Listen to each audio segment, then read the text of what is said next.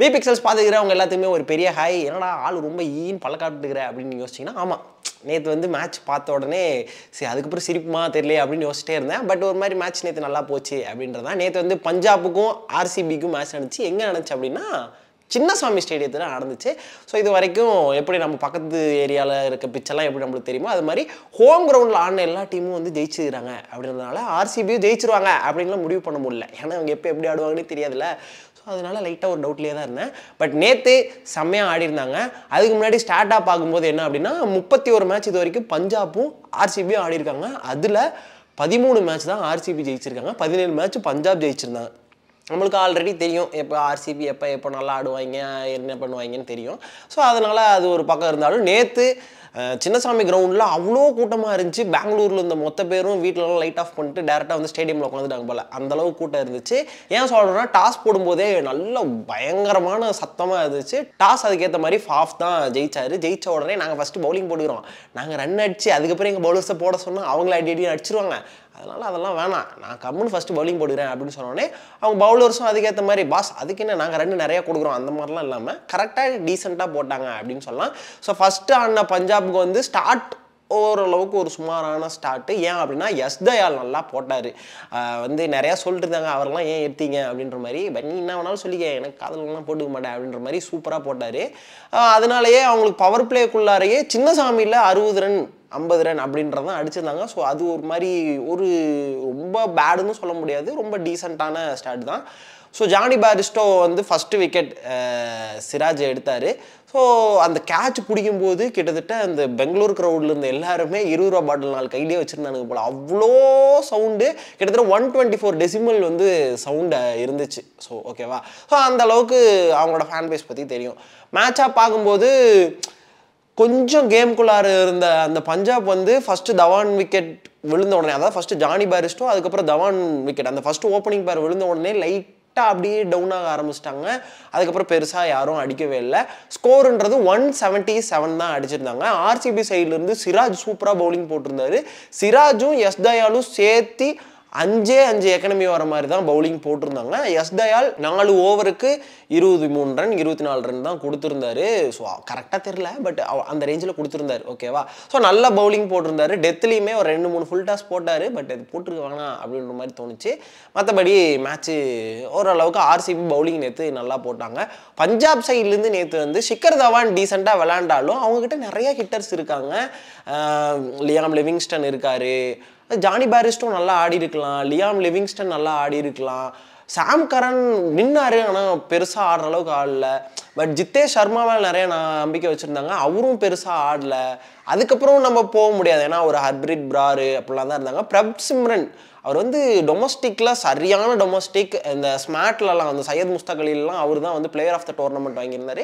பட்டு 2 6 வரும்னார். ஒரு 93 மீட்டர்ஸில் ஒரு 6 வரும். பார்த்த உடனே ஆத்தாடி ஆத்தா அப்படின்ற மாதிரி இருந்துச்சு. பெருசாக வேலைக்காகல டக்குன்னு அவுட் ஆகிட்டார். ஓகேவா. ஆர்சிபியோட பெஸ்ட் மூவ் என்ன அப்படின்னா பேட்டிங் தான் அலவுட் போக போகிறோம் அப்படின்னா தேவையில்லாமல் கரண் சர்மா அவங்களெல்லாம் யூஸ் பண்ண வேணாம்.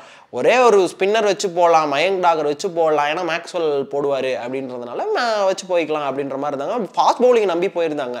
ஸோ அது ஒரு நல்ல மூவாக இருந்துச்சு. இன்னொன்று இன்ட்ரெஸ்டிங்கான மூவ் என்னன்னா கேம் கிரீனை 3வது பொசிஷனுக்கு எடுத்துகிட்டு வந்தாங்க. ஏன்னா அவர் மும்பை இந்தியன்ஸ்க்கு ஆடும்போதும் சரி, அவரோட அதாவது ஹோம் டீம் ஆஸ்திரேலியாவுக்கு ஆடும்போதும் சரி நம்பர் 3 பொசிஷன் வந்து சூப்பராக பண்ணியிருக்காரு. அதை கரெக்ட் பண்ணது ஆர்சிபிக்கு ஒரு நல்ல விஷயமா இருந்துச்சு. ஓகேவா.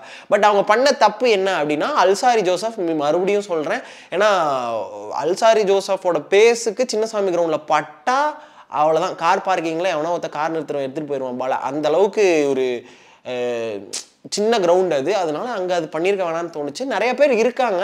பட் அல்சாரி நேற்று வந்து ரொம்ப சுமாராக போடல. சின்னசாமியில் அந்த ரன்றது ஓகே தான், ஏன்னா குறைஞ்சது சின்னசாமியில் எல்லாருமே ஒரு 40 to 50 ரன் போவாங்க. ஸோ இது ஒன்று. இது வந்து ஆர்சிபி என்ன பண்ணாங்க அப்படின்றதான். பஞ்சாப் அடுத்தது பவுலிங்குள்ளார வரும்போது விராட் கோலியை பற்றி சொல்லணும் அப்படின்னா அது போஸ்ட் மேட்ச்லேயே அவர் சொல்லியிருந்தார் அந்த ப்ரெசன்டேஷனில்.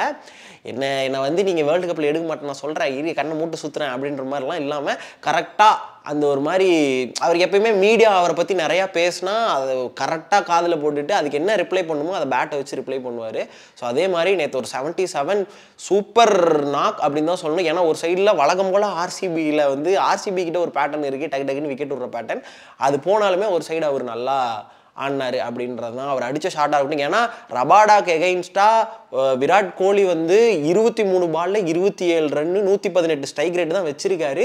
ஆவரேஜ் ஆனால் 90க்கு பக்கமாக இருந்துச்சு. ஓகேவா, அப்படி இருக்கும்போது ஒரு மிக்ஸ்டப்பாக இருந்துச்சு. பட் இறங்கி ஒரு ஷாட்டு கவர்ஸ் மேலே ககிசா ரபாடாவை தூக்கி அடித்தார். அப்பயே தெரிஞ்சது ஓகே என் இன்டென்ட் இப்படி தான் இருக்க போகுது. வேர்ல்டு கப்புக்கும் சரி அவர் போஸ்ட் மேட்ச் ப்ரெசன்டேஷனில் அதான் சொல்லியிருந்தார், நான் இங்கிருந்து என் டீமுக்கு தான் விளாடணும்னு நினைக்கிறேன், இண்டிவிஜுவலாக ஸ்கோர் பண்ண மாட்டேன் அப்படின்னு. ஸோ ஆப்வியஸாக பார்க்கும்போது இந்த மேட்ச் ஜெயிச்சதுக்கு காரணம் விராட் கோலி மட்டும்தான். ஓகேவா, பட் பேட்டிங்கில் ஆர்சிபி சொதப்பினதுக்கு காரணம் வந்து ஃபாஃப் இனிஷியலாக விக்கெட் விட்டது, அதுக்கப்புறம் கிளென் மேக்ஸ்வெல், ரஜத் பட்டிதார் மறுபடியும் அவங்க மிடில் ஆர்டரும் சொதப்புறாங்க. அது ஃபிக்ஸ் பண்ணால் மட்டும்தான் ஆர்சிபி அட்லீஸ்ட் ஒரு 5th 6thலையாவது முடிக்க முடியும் அப்படின்ற ஒன்று இருக்குது. ஸோ இவங்க இந்த அளவுக்கு சொதப்பினதுக்கு மெயின் காரணம் யார் அப்படின்னா பஞ்சாப் கிங்ஸ் சூப்பராக பவுலிங் போட்டிருந்தாங்க. ஹர்ப்ரீத் பிரார் சின்னசாமி ஸ்டேடியத்தில் 4 ஓவர் 12 to 17 ரன் போய் 2 விக்கெட் எடுக்கிறார் அப்படின்னா பெரிய விஷயம். உண்மையாலுமே சொல்லணும் அப்படின்னா ஹர்ப்ரீத் பிராரை அடுத்த வருஷம் சின்னசாமியில் எடுத்துட்டாங்கன்னா அவங்களுக்கு அதை விட ஆக்ஷனில் பெரிய பை எதுவுமே இருக்காது அப்படின்றது தான். ஸோ இதில் ஒரு பக்கம் இருந்தாலும் நேற்று பஞ்சாப் கிங்ஸோட பவுலிங் ரொட்டேஷன் ரொம்ப ஒரு மாதிரி மோசமாக இருந்த மாதிரி தான் இருந்துச்சு. ஏன் அப்படி சொல்கிறேன்னா ஷிக்கர் தவான் நம்ம வந்து அதுக்கு முன்னாடி நாள் ஒரு மேட்ச் பார்த்தோம். அதில் வந்து இந்த சுமன் கில் இருக்கார்ல, இந்த லாஸ்ட் ஓவரில் உமேஷ் யாதவ் போட்ட பால் 6 போனாலும் சுமன் கில் போய் பேசினார், நிறையா பேசினார் பண்ணார். பட் ஷிக்கர் தவான் ஒரு எக்ஸ்பீரியன்ஸான கேப்டன், அது ஒரு மாதிரி டென்ஷனாக இருந்தார். வீட்டிலலாம் ஒரு மாதிரி டென்ஷனாக இருந்தால் ஒய்ஃப் கூட ஏதோ சண்டை போட்டால் இருக்கும், அந்த மாதிரியே ஒரு டென்ஷன்லேயே இருந்தார். ஸோ அப்படி இருக்காமல் கொஞ்சம் பவுலர்ஸில் போய் பேசியிருக்கலாம்னு தோணுச்சு. இன்னொன்று என்னென்னா பவர் பிளே முடிஞ்சதுக்கப்புறம் ஹர்ப்ரீத் பிரார் வந்து ஒரு ஓவர் நிறுத்தினார், அதை ஒரு கண்ட்ரோலுக்கு எடுத்துகிட்டு வந்தார்.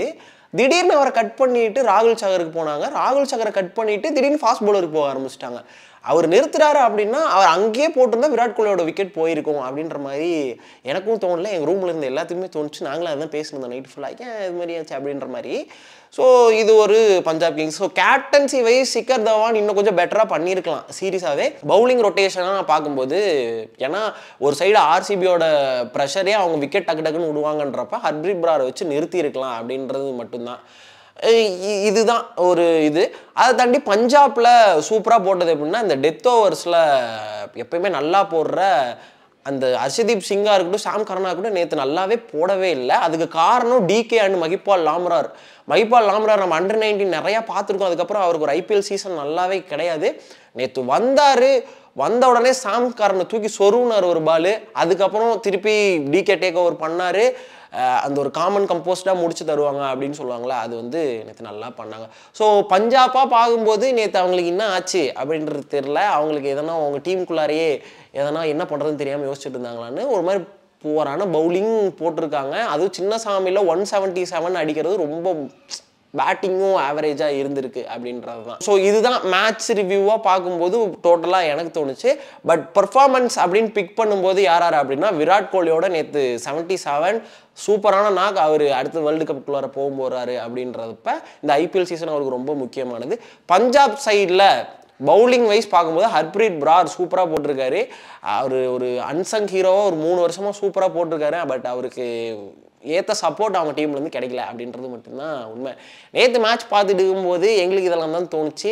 பட்டு எது நல்லா பண்ணியிருக்கலாம் அப்படின்றத நான் ஏதாவது மிஸ் பண்ணியிருந்தேன்னா என்னை மன்னிச்சுட்டு நீங்கள் மறக்காமல் கமெண்ட்டில் போட்டுருங்க, ஓகேவா? அதை பற்றி நான் தெரிஞ்சுப்பேன். இதே மாதிரியே எல்லா மேட்சுக்கும் நான் ரிவ்யூ போடுறேன் அப்படின்றதுனால நீங்கள் என்ன பண்ணணும், கண்டுக்காமல் போகக்கூடாது. மறக்காமல் விபிக்சல் சப்ஸ்கிரைப் பண்ணி வச்சிட்டிங்கன்னா நிறைய வீடியோ வரும். அதை டெய்லி நீங்கள் பார்த்து என்னை திட்டுறதுனால திட்டலாம், இல்லைனா ஏதாவது மறந்துட்டுனாலும் சொல்கிறனால சொல்லலாம். ஓகே, பாய்.